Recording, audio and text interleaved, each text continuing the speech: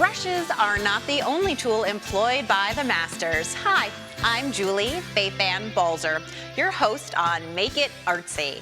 Today's creative makers and artists are here to show the many mediums and tools employed by the masters and those inspired by them. We begin with inspiration from Camille Pissarro. He was a Danish French Impressionist and Neo-Impressionist painter born on the island of St. Thomas. Now, I know him mostly from his beautiful landscapes that he did, and I've looked at his paintings many times, and then I started to find out that he painted with a knife, with a palette knife. So I immediately went to look through all of my collection of palette knives, and I discovered something interesting, which is actually, I have mostly painting knives. Well, so what's the difference? So a palette knife is what's used for mixing paint, and it usually either has no bend or a very small bend, as opposed to a painting knife, which is meant for painting, has a very deep bend. And the reason for that bend is so that when you hold it, your knuckles don't get into the paint.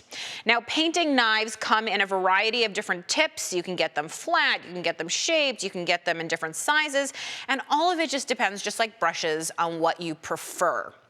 So I am starting on some canvas, and we're just gonna go ahead and do a very quick base coat. And you'll see that I'm just squeezing the paint out, and then I'm gonna take my painting knife, and I'm just gonna paint in it. And you might think, Julie, this doesn't look a lot like painting. And what I think is the fun thing about painting with a knife is that you kind of have to let go of the control freak within yourself. Now, I like to mix a lot of colors directly on here. I often have like 10 tubes of paint open because I'm just trying to get color, and I'm mixing two different blues and a black, and I'm not being very careful. I'm leaving all of my strokes. I'm letting all of that be there. I want to go all the way to the edge, so I am protecting my surface with something. And you do, of course, want to use a nice, thick, heavy-bodied paint. Now, the good news when you're cleaning a knife is there's no water. There's no mess. You just take a paper towel, clean it off, and now you're ready to go into a contrasting color. So I'm gonna go ahead now and squeeze out some more paint. And sometimes I actually put two colors on at the same time.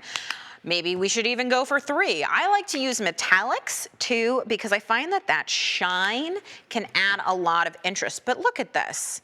It's super duper fun to do. So this is my base layer, which is just the very beginning of my work. Most of this is not going to show. Once I am ready to go on, what I'm gonna do is I'm gonna make my paint thicker. Now, the way that you make your paint thicker is by mixing it with some modeling paste. Now, this is when I'm gonna use actually my palette knife. I'm gonna go ahead and scoop some of that out. And then I can mix in some paint with it. And the ratio is less paint, more modeling paste. Because again, what I'm trying to do is thicken that up so that it's really, really gonna give me that impasto effect that I'm looking for. Once that's thickened, again, I'm just gonna clean my palette knife.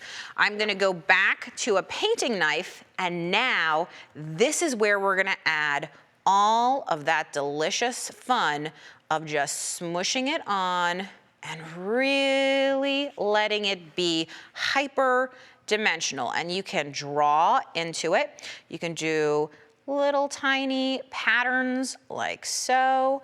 You can take some of the palette knives that have some more interesting tips. You can drag it through and give it some texture. So if you're creating a landscape of some kind, you can make there be like wind blowing through it. And then of course, whenever you're ready for your next color, you just take more of this really thick modeling paste and you mix it in. And then you just play around with it. The thing about this is you have to kind of be forgiving to yourself. You can't be a control freak about it, and I love that. I actually like it when it's not totally blended, so I kind of have some stripes in here. So now I can kind of create a little bit more dimension. I can play around with this and let it be what it's gonna be.